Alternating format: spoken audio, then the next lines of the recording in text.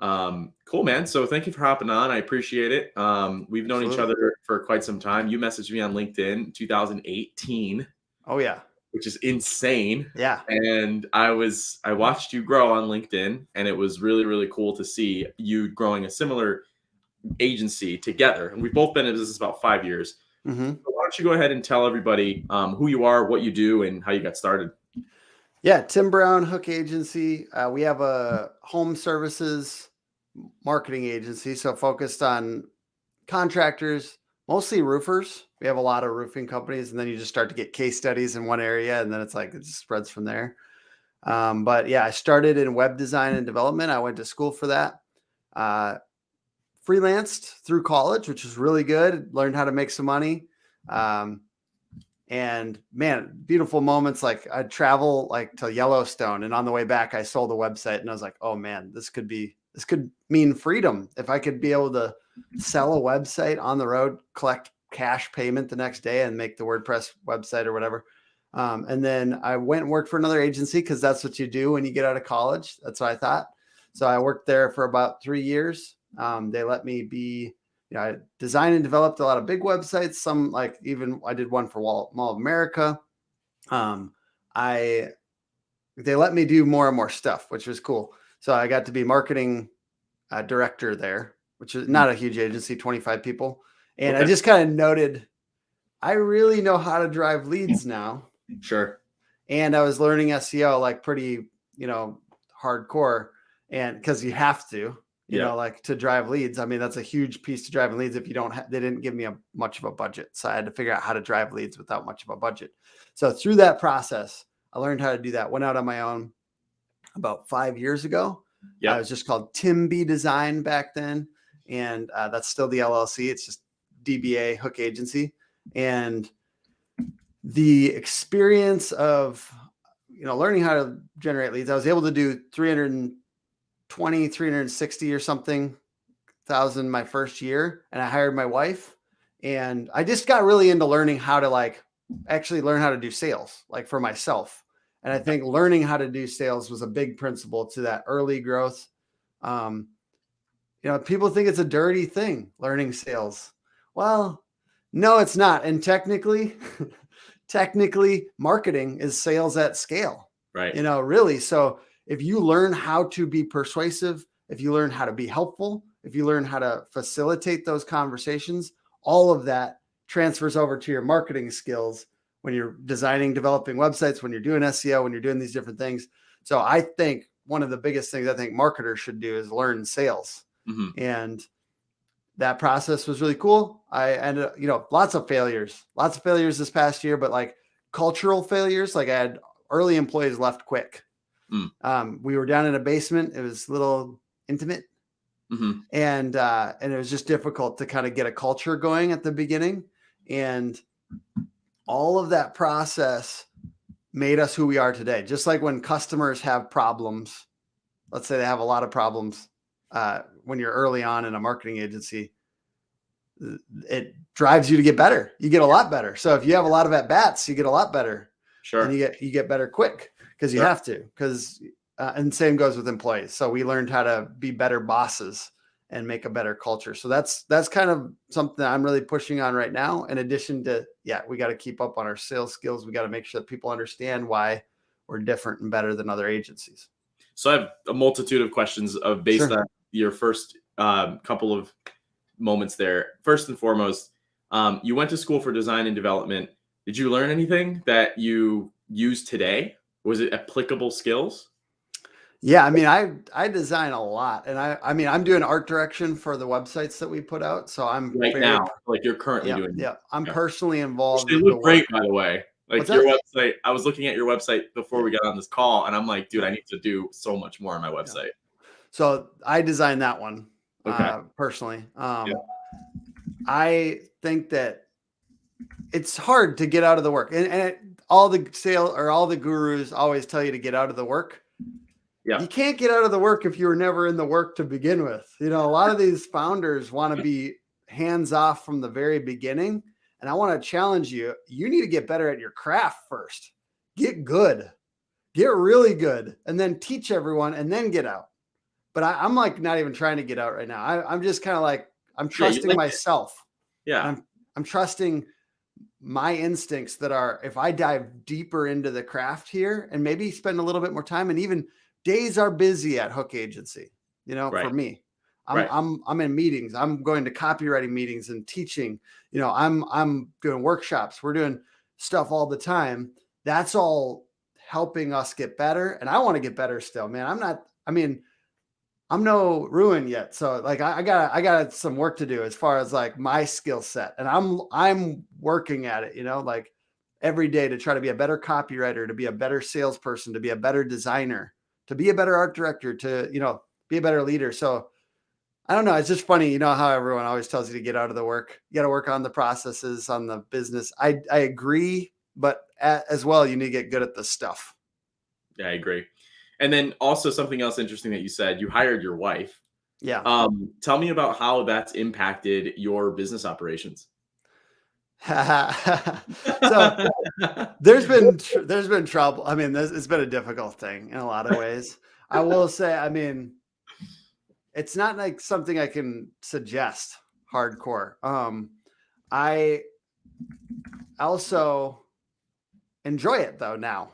And I mean, I've enjoyed it a lot throughout the process. So the good parts, hey, it's nice to have your wife around.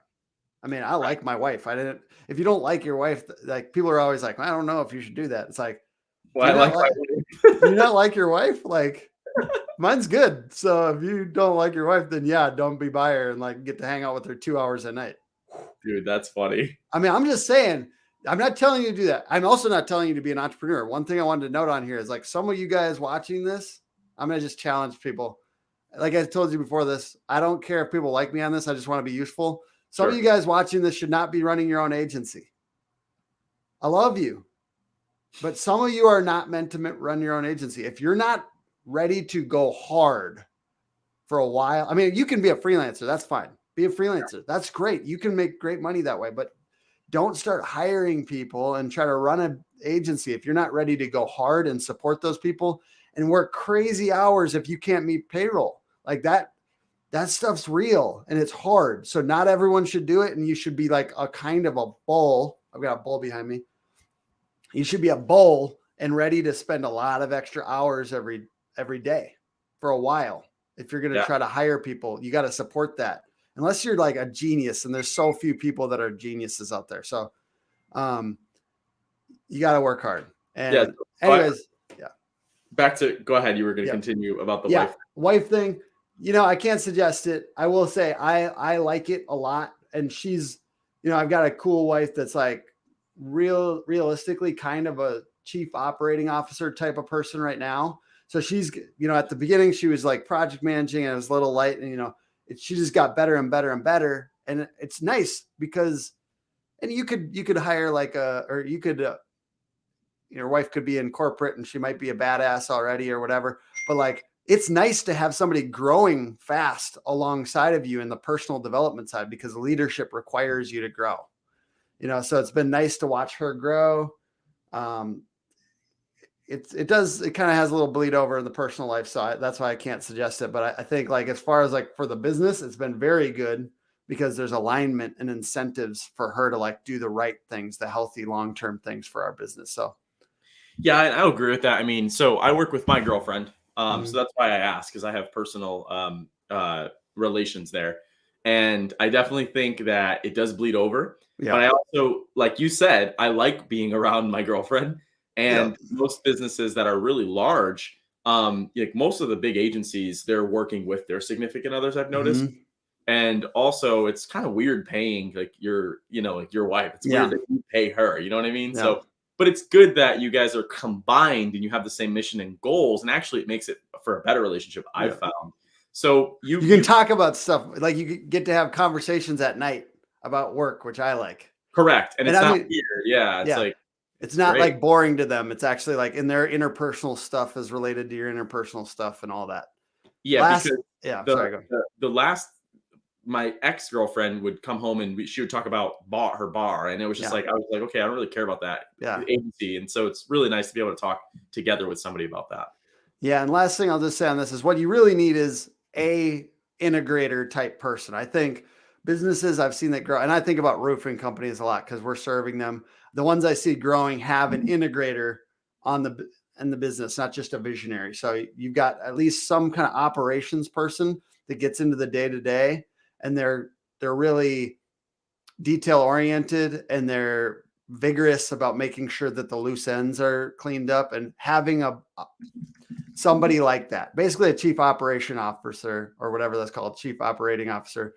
That type of person is really, really important, I think, to getting past 1 million, which is what we're talking about today. So I want to do tie-ins to that every once in a while. Sure. Yeah, no, I love that. And so I want to ask another question based on like what you just said. I'm extremely involved, not necessarily in the art direction of where our clients go, but really the results direction. And I'm sure that you are too. Yeah. What's that process like with you? Because I know you have designers on your team, right? Do you have website designers on your team? Yes. Yep. Awesome. So what is the difference between you giving the direction versus you actually doing the work? What's your process like with that? Yeah. How many people that are watching and listening to this are in web design related stuff? I would guess probably like 60-70% of them. Okay, I'm going to go into it a little bit then. I love design. Oh my God. Design is so fun. I mean, technically this is kind of a designed painting back here because I kind of took two looks and I combined them. But I love design because it's like almost sensual to me, to be honest with you. What I try to challenge our designers to do is, like, I was just doing a workshop with somebody yesterday, and they came to me and they were looking for concept. And I want our designers to be able to come up with concepts. So I challenged them to say, I need you to think in words first. Because I think we get into the design and we start plopping stuff around, and there's nothing good. There has to be a good idea first. Right. And so I would challenge people, and maybe this is too granular, but this is what I like to do is like start with bad ideas, write down some words, some visual concepts. So like an example for this one that we had was like puzzle pieces. We came up with some other bad ideas, and the brand is like nerdy. It's called Geek Suite Exteriors. And so we came up with some kind of like bad ideas, and then we wrote another list on the other side of the whiteboard, and we started to come up with good ideas. And I like the idea of giving yourself a shitty rough draft, the idea of starting poorly and then let's keep going. So then the concepts got better: pocket protectors, suspenders. Like, we got these visual ideas that we can start to put together, because ultimately I want each website to have unique branded elements that no one else will do. Now all of you will, because you're watching this, but to have unique, weird elements that really are unique to that business, that relate to the brand, and ultimately kind of play into their messaging. So not just the look and the elements. I call them hookified elements. You won't want to do that, but we brand things internally at my company because I want our employees to feel like this is your process, Yeah. And then the good ideas started to flow. We came up, we're going to put the lead form in a pocket protector with pens coming out of it. We're going to draw attention to this lead form because we want it to be effective, right? And we came up with some other really good, fun ideas that he's going to play around with. But the idea is like, we want the designer ultimately, not Tim. This is a challenge. And designers have been a little cut, it's been a little bit back and forth for us. So, but it's funny.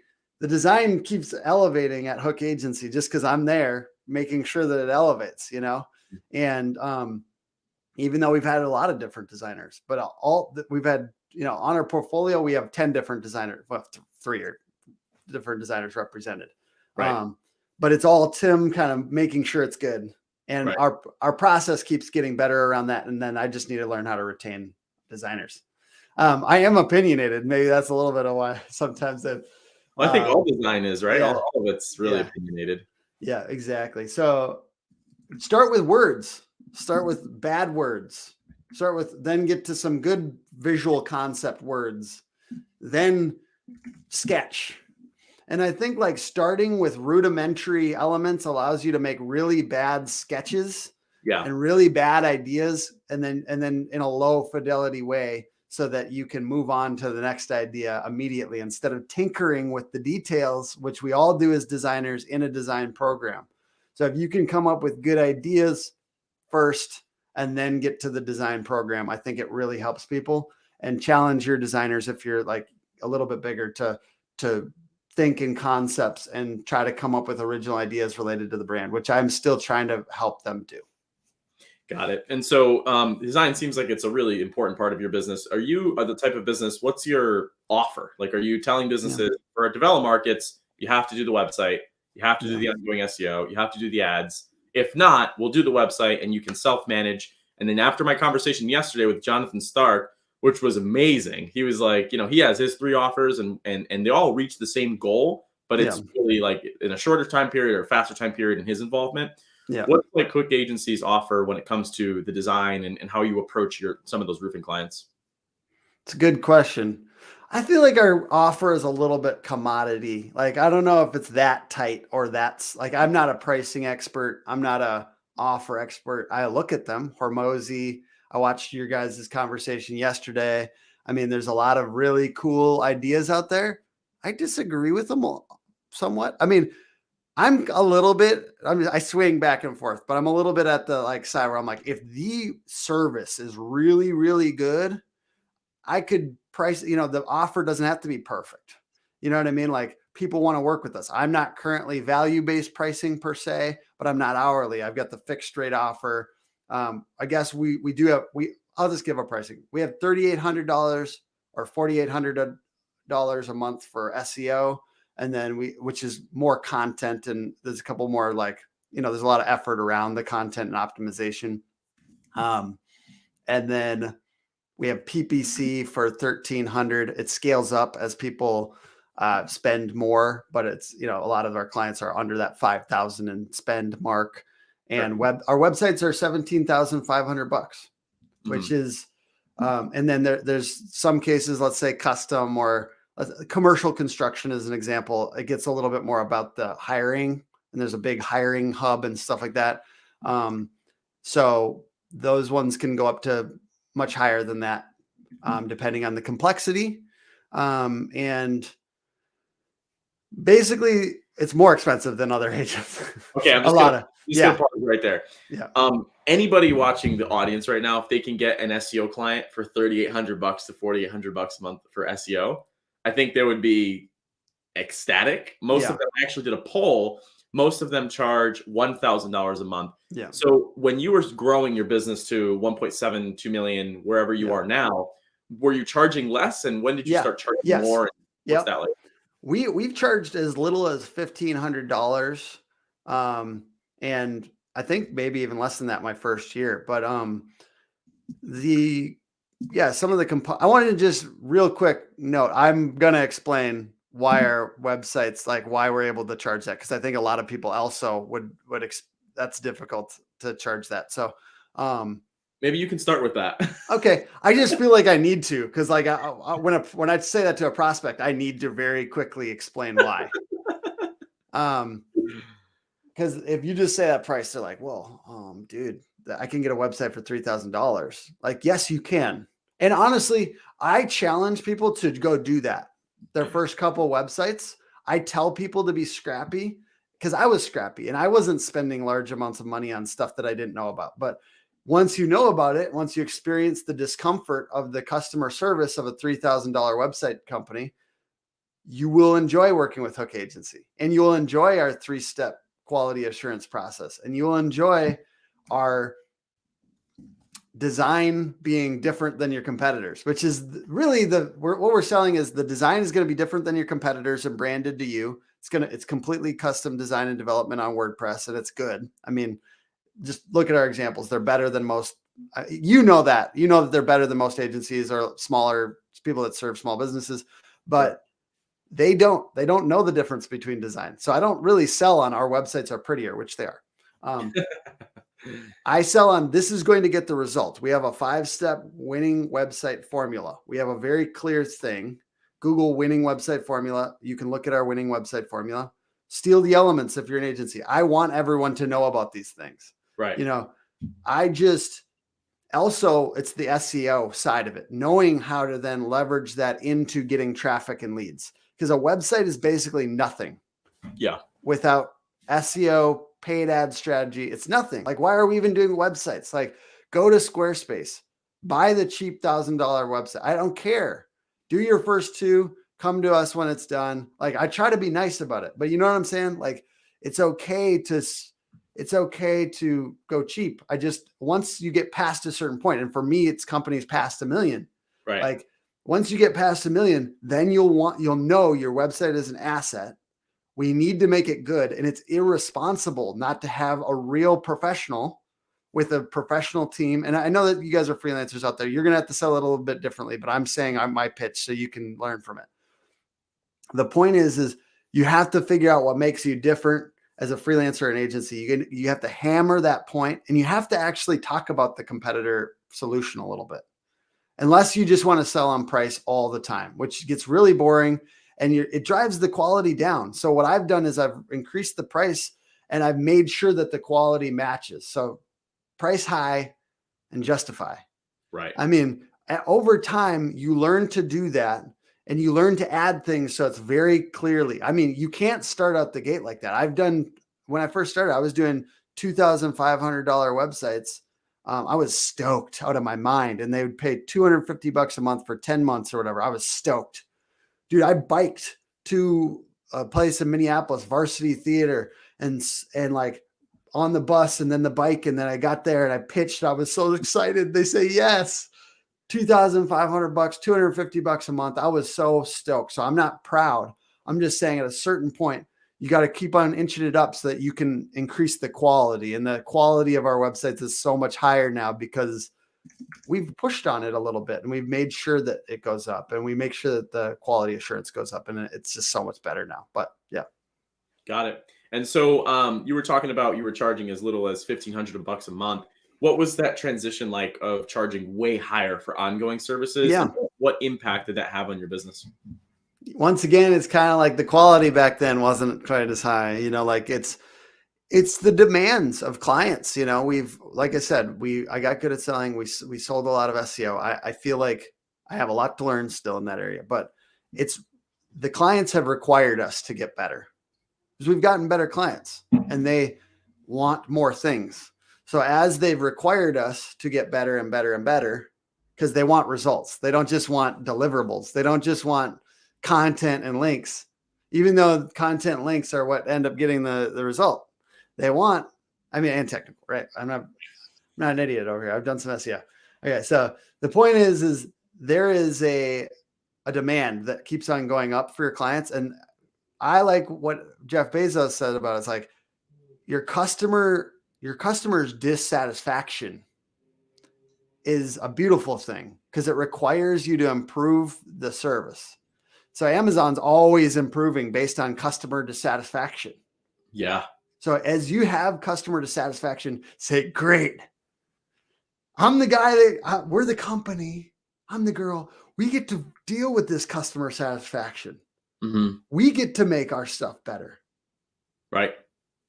So it's just a beautiful thing to be able to be the one to deal with that and to get better and better, because that's increased our price. It's increased the level of deliverables. We just really what the big difference is now. I did all the things. I did content, links, etc. before and a lower level, a little bit lower level, but it's really about the documentation, and the strategy is improved, as you can imagine, just like in a smaller pool of types of clients. So I might not be as good of an SEO as somebody that does SEO for a lot of different kinds of companies, but because we do it for one type of company the most, we can get pretty good at that and keep on improving that. Yeah. Got it. So talking about that, I know you're in a few groups. You're in Roofing Insights. You're really focused on construction companies, and you're really niched almost. You're still home services, but you've really got certain clients that are just kind of over and over, same industry. We're heavy roofing. We are heavy roofing. Yeah. So we've got some commercial construction, and I love being useful to them. And then we've got a little bit of remodelers, a little bit of other stuff, but yeah, a lot of roofers. Got it. And so tell me a little bit about, because we were talking yesterday briefly, and you were going like, it's in the niches, right? Like that's the way to grow. But you Yeah. had an agency, your agency before wasn't niched. So you were taking on Yeah. whatever. Tell me about what happened the moment you decided, I want to go for roofers. Why did you choose that vertical? And what's the business impact that it had for Hook Agency? I'll be honest, we said contractors. So back in July 1, 2021, so very recent, we said we're saying no to anything outside the contractor space. Probably about 3 months ago, I decided I just think that saying roofer, because that's like the clients just keep on coming from that. And it's just because we're so involved. So you can't just like suddenly niche. Cause I get people talking to me, they're like, is that a good niche? Should I go there too? It's like your heavy involvement in one niche. Like if it's dentists, going to all the dentist conventions, like it was silence actually. To be honest with you, I had gotten a lot of leads before, but there wasn't this big bang when we said no to everything else. It was actually silence for 6 months. Not silence, but like not a huge wasn't increase. Yeah. It wasn't like we suddenly did that and it cranked up. It was like, and this is also with 3 years of backstory here. We have a couple really good case studies in this niche. Hey, I have a plumbing case study too, but who has better plumbing case studies? Maybe Ruin. No, here's the deal. Like it's the time, like agencies want to run into a niche and say, we're that now. Are you though? Like, show me the results. Yeah. Show me the results. Make the case studies, build the nucleus of your niching around a case study, like real business generated for somebody like that. That's the nucleus of your niche. And then the next case study, and then the next case study. Now you got 3 case studies, everything will click. I only have 1 plumbing case study. You got like probably more than that. Like I got tons of roofing case studies. You know what I'm saying? Like the point is like drive the niche with the case studies. Don't think you can just run into a niche and everyone's going to respect you. And plus you might make the wrong moves. People kamikaze into a niche and they might experience some big pain in the next year because they're kamikazing into a niche. Don't kamikaze into a niche. Do it real, build a case study, and then sell based on that case study and a couple other, I think 3 case studies is a really good place to start. And that means you need serious results for those people. And that takes work and effort. And, this is not instant, everything good takes time. Yeah. And, but that transition into roofers, I do see it paying off now. I'm getting like a good amount of just really good social proof and social leads. And we got a lot of connections. So I think not even just the SEO for ourselves anymore, which we have some traffic. You probably looked at our Ahrefs. The point is like, that's not necessarily the main driver. It's social. And then it's all it's the crossover. It's if they do Google it and they see us and they also saw us at an event. Okay. Now it's got 2 points of contact. I think it's multiple points of contact that then they're like, okay, they're legit. I don't think dentists or roofers or lawyers or whoever you really go hard on are really going to respect one. Oh, I just Googled them and then boom. It's like I Googled them and then boom, I'm seeing case studies for us and I'm seeing other people I respect that like them. I love that. And I think you're absolutely right, because a lot of people think about it like, I need to think of a niche. I need to think of the niche that charges the most money so I can get paid better. But really, you kind of accidentally stumbled into your niche by delivering exceptional results for somebody. Mm-hmm. And then it kept happening. And then you were like, okay, well, naturally, that's my niche. And Josh Nelson, plumbing SEO, he was very similar. He was running a business all over the place, right? And then he was like, wow, plumbers, I just noticed the phone is just going off the hook. They're happy. I like working with these clients. Boom, plumbing and HVAC SEO. So I completely agree with that. Now, when you talk about like how hard you went, like what were you working, or what are you currently working at the level that you're at now? Are you working a little bit less, or what's that like? Yeah, I'm working. Well, depends on the week, man. I've had periods in the past 5 months now where I'll work like 40 hours. That's cool. I'm not, I've read the 4-hour work week. I've mentally gone that direction of we're going to create a product and then I'm going to get out of work forever and I'm going to create passive income and all this stuff. I just think mature entrepreneurs that I talk to don't think that way. And I know that there's some, But I'm saying like a lot of those guys are selling courses Right. and consulting. So like, I just need to follow the people that are selling services that are really good. You know what I mean? I don't need to follow. I watch following too much these courses and consultants. And, I've had a leadership guy. I've had a sales coach. I've tried, you do it, you experiment with these things, but I just watch taking it without a big grain of salt, because I'm going to talk to the audience now. You have so much more context on your situation than Ruin or I or any coach. Move forward confidently, knowing that you have more context and you're a smart person. Journal on it. Act like you would know what the answer is, and journal. Give yourself advice. Like, I think that people need to trust themselves more. And I needed to trust myself more when I was leaving my agency too. I needed to know it was time. I remember I went on a long trip to the Appalachians of climbing mountains, and it was a good time. And I had that experience of like, I just need to trust myself. No one's going to tell me it's time. No one's going to tell you it's time. You got to trust yourself, and then trust yourself.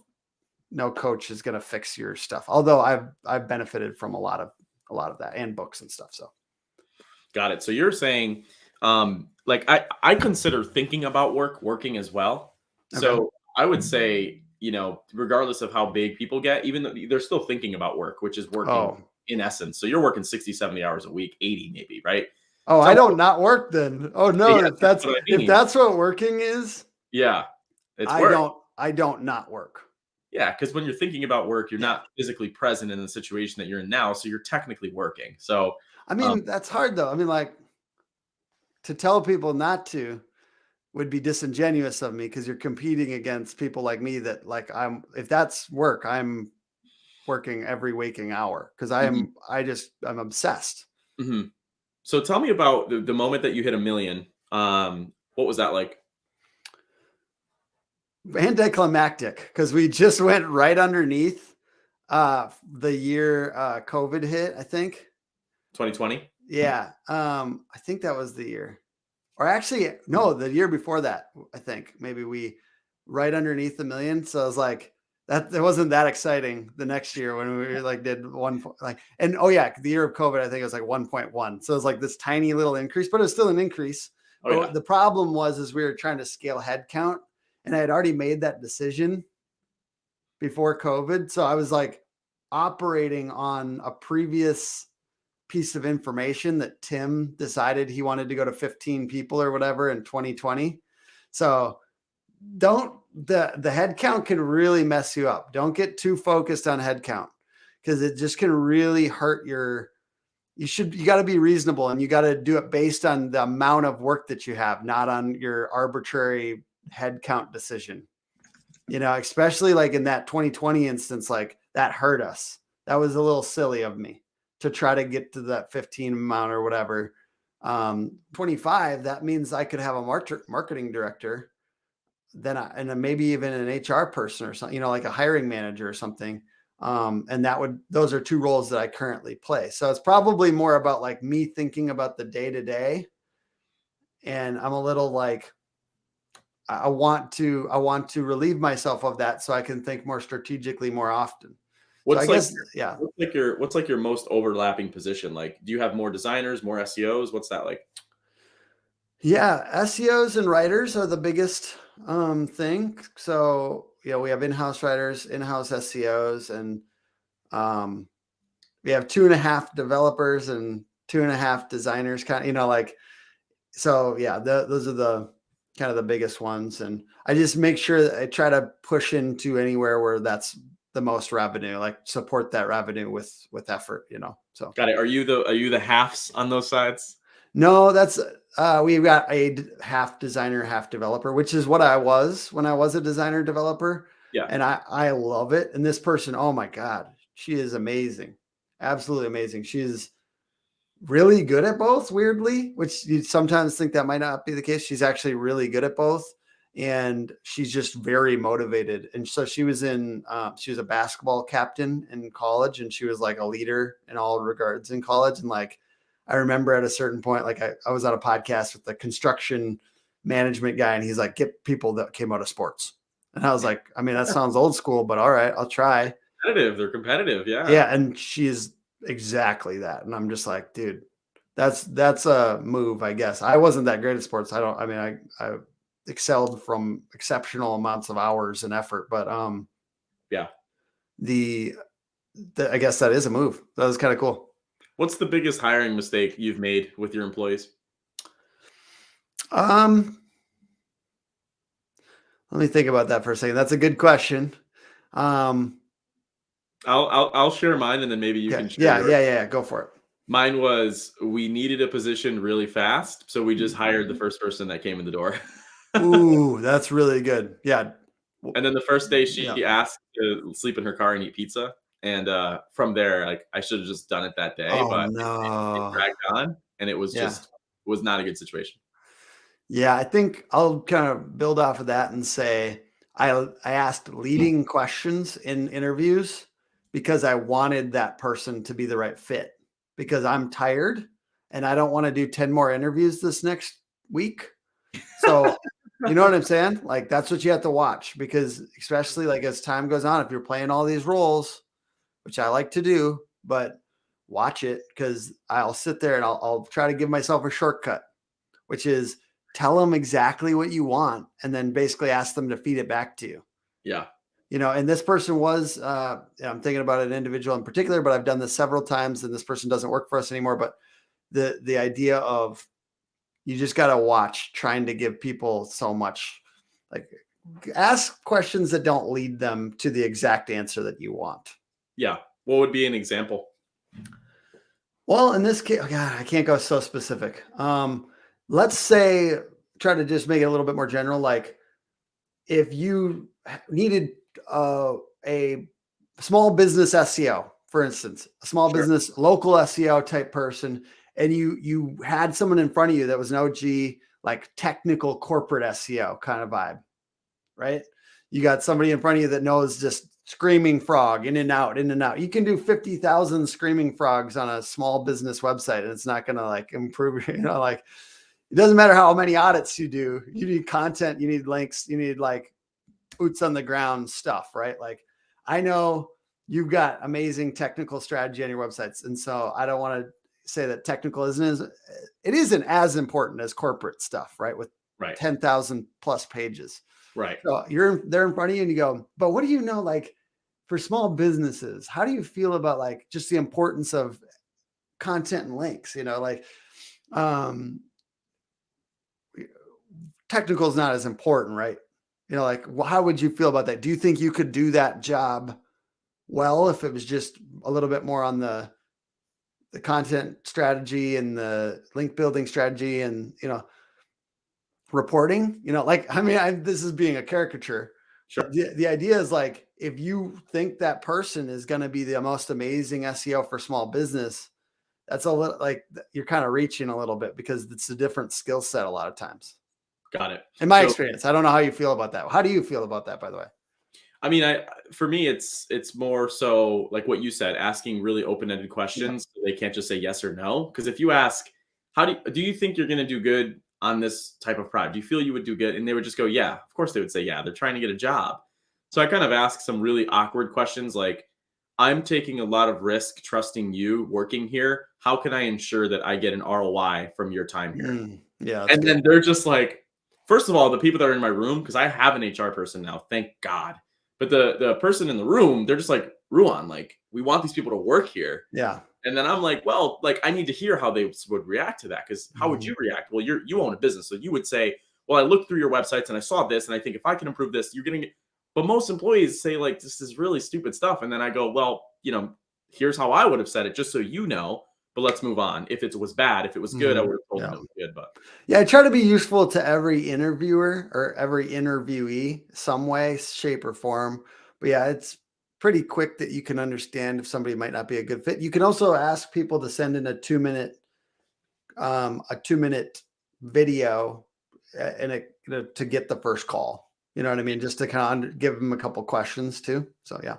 I have a bunch of questions to ask about that. But they want to see your thoughts on this, and I want to hear my thoughts on this too. Awesome. I appreciate us going into questions early because I do have an appointment at the end of the hour, and I'm very sorry about that. For 12 o'clock, Tim? Yeah. Yeah. Okay, perfect. I'll keep I that in mind. apologize. Yeah. No worries.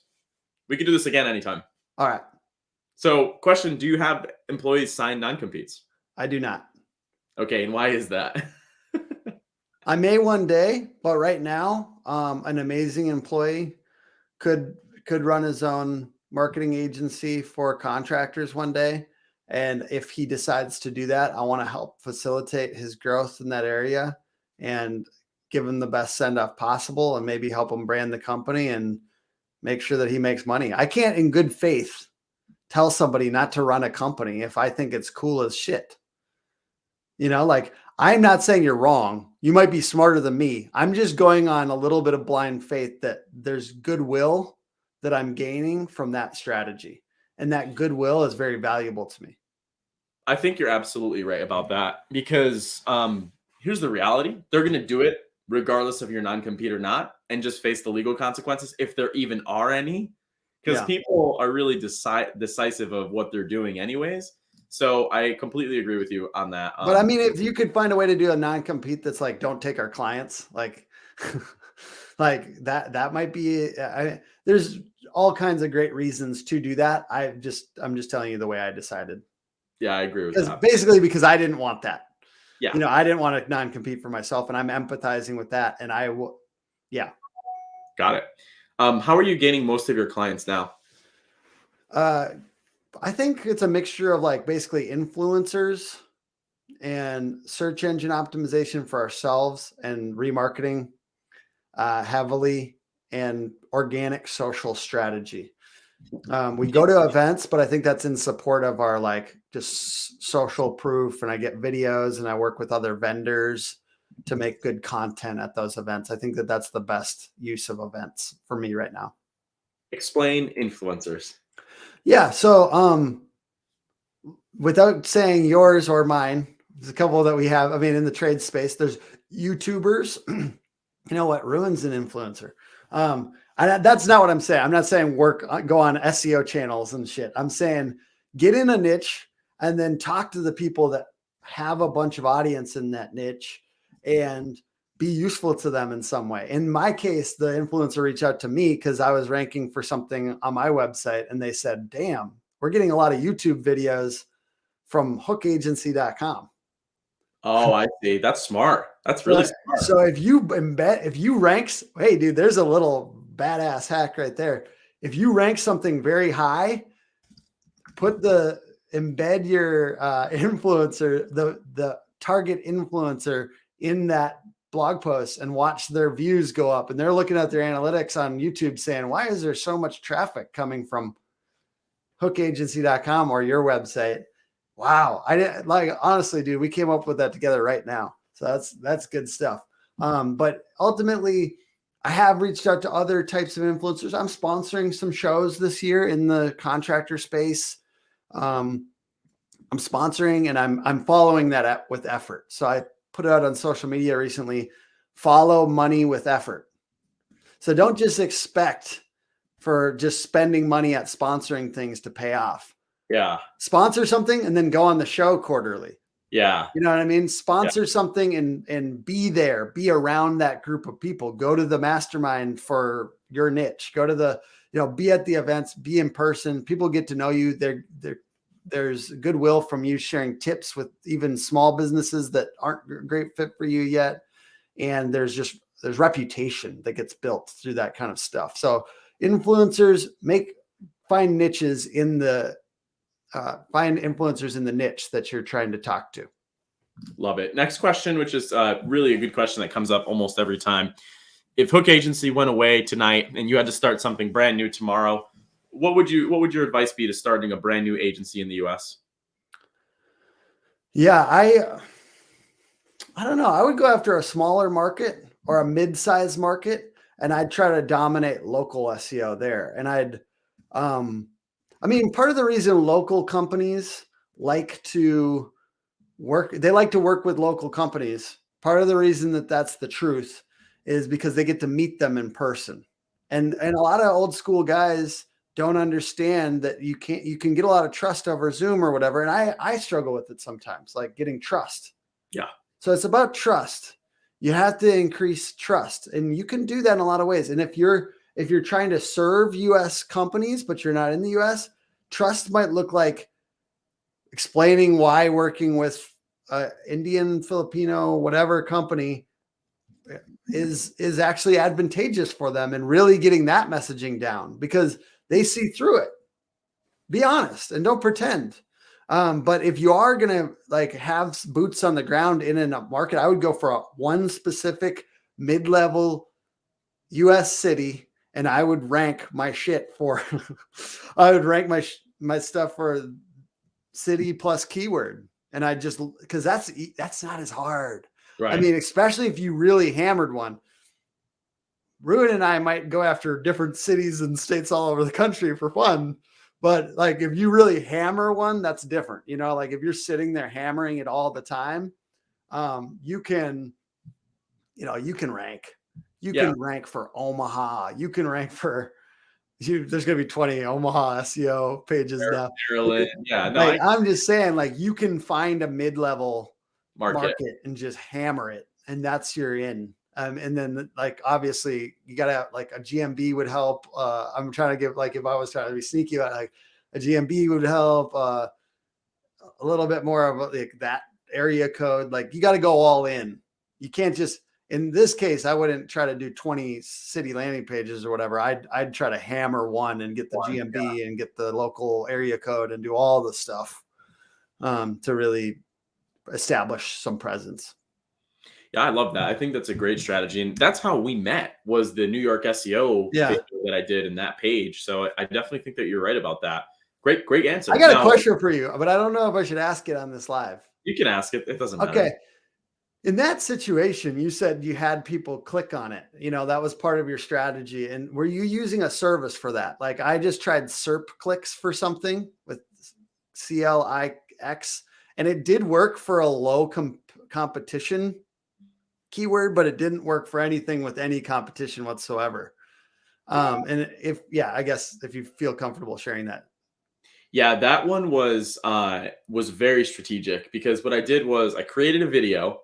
And then I said, I can't believe that this ranked with this little effort. So everybody went from YouTube to Google. And then they started clicking it. The page was like, I love stuff like this. Can I share one weird experiment that I'm trying right now that I would love to, if you could go now and if this is okay with you, like Google smartest person in the world and go to page 2 and find our result for smartest person in the world and click on it and stay there for like 2 minutes. If you could, if you're watching this now, just smartest person in the world, hookagency.com. I want to rank for the smartest person in the world. I think it'd be hilarious if an SEO ranked for smartest person in the world. And I want to get that snippet just for like a few days so I can use it to promote our company. And if you feel like going the extra mile, link to our page, smartest person in the world. Maybe Ruin will do that for me on the blog post for the thing. But smartest person in the world. It'd be hilarious if we ranked for it. I know I'm going to create a competitor on this, but who cares? I mean, it's just fun, and I wanted to do something fun, and so this is a little stunt. We have done stunts, dude. We rank, our lead SEO ranks for sexiest person in Minnesota. Hilarious. I saw that. Where did I see that from? He probably just put it on LinkedIn. And then I rank for smartest person in Minnesota sometimes. Some other guy is trying to compete with me. So it's just funny because we started to rank for it from that experiment. And then I'm like, we're on second page for smartest person in the world. That's weird. Anyways, thanks everyone. If you do that, it'll be funny. I promise. Yeah, that's great. I mean, so back to that, right? I mean, that was definitely an experiment. I experiment every single day. I spend all of our profit on experimentation. Yes. We were talking yesterday, just because the revenue is really high doesn't necessarily mean we're taking home a lot of money. Yeah. I need to find out what's working all the time. Like I'm about to pay $36,000 for stuff that I'm not even using myself. It's for a client. Yeah. And I just want to see if it works. And if it works, it works. If it doesn't, I have a loss, but at least you learn. Question about your sales. Do you have salespeople on your team? And if you do, would you recommend hiring commission-only sales reps? So you got to do what's best for you. You have so much context on your business that I don't. Right. but I'm going to have a strong opinion here. So bear with me. No, not at all. You should pay people a salary and then give them commission, at least some commission on top of their salary, because I don't want people hungry selling trash. I want people selling long-term clients to people that are a good fit for Hook Agency, that we resonate with, and that we can 5X or 10X their investment in us. I only want clients that we can 5X or 10X their investment in Hook Agency. And I mean like profit. I want them to profit 5X or 10X what they're spending with us. Dude, I love that. I'm sorry. I love that. Yeah. Don't sell commission only. You don't want hungry people selling trash. It's so true. Yeah. And I just think that you want to feed your people too. And I think culture is real. Do you want a salesperson that's around kind of undermining your process? You want a salesperson. You don't want just a rock star. You want a rock star that treats people right and is asking people in the company, what kind of clients do you like the most? And we have a feedback loop in our company all the time with the sales people. It's me and another salesperson. What are we doing that's cool on the service side that we can show more of? Because the service is getting better and better all the time. What can we show more of? What are we not doing? Tell us. Because in some cases, the actual people doing the work are the best salespeople, because they really are passionate and they do a lot of this all day. But it's hard your customers don't want them spending all their time selling new clients. So it's finding a way to get that information out of their heads and into the salespeople's heads. You want them part of the culture. You want them asking all the time, what are we doing that's cool? What kind of clients do you love? Yeah, because this is not a pressured sales environment. Like what you just said is very interesting, how you mentioned people doing the work are the best salespeople. It's not like you're trying to trick somebody into buying something. It's a very educated sale. It's a very consultative sale. So you're absolutely right. You don't really need a lot of salesmanship. You do need the consistency and the professionalism, but it's really about technical knowledge too, because clients want to know, what are you going to do? How are you going to do it? What's your pricing like? So, dude, I completely agree with you on that. One last question, and we'll hop off in 3 minutes, Tim, so you can get into your meeting on time. What about just starting out and don't have the capital to hire? Should I just keep grinding until it is possible? I already know the answer to that. Yeah, you should grind. To be honest with you, I didn't have the capital to hire. I got $20,000. I saved up $20,000 from working at another company and building this up on the side. And I had a couple recurring things. So do the overlap technique, work somewhere else that allows you to work on your own stuff and build it up. You shouldn't hire right away. I hired because I had the revenue. Make the revenue happen and then hire. That's crazy. Unless you get investment, and don't get investment, keep all the equity, hustle, and then hustle some more. I completely agree with that. That was one of my major mistakes. Was I got a little bit of revenue. It was like $3,000 a month. And then I was like, I'm just going to hire somebody and give them all of it. I didn't need them. So it was like, I got stuck training somebody that I didn't even have time for, that I didn't even need. So they were just messing up on a bunch of things. So it was terrible. Tim, anything you want to kind of close out with on our chat today? Yeah. Just link to us at smartest person in the world. It'll be hilarious. Other than that, I don't have anything. Say what's up. If I can be useful to you, I can't necessarily take on a bunch of mentees or anything. I say that because the last one I was on, it was 30,000, 40,000 people that watched it. And I was like, oh God, I didn't realize it was going to be, but I would love to offer advice via message on LinkedIn or something. So check us out on LinkedIn, follow me. Appreciate it very much. Check out our website at hookagency.com. Yeah, Tim's extremely active on LinkedIn. So I'm going to post his link here below. And then thank you for hopping on today. I really appreciate it.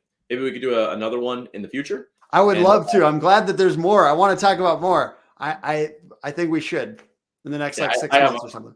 I have 200,000 questions for you. So yeah, I love it, dude. And I'm just watching you too, bro. You're doing such cool things and your quality of work is so high. I'm inspired by it and I love watching what you're doing. Thank you. I appreciate that.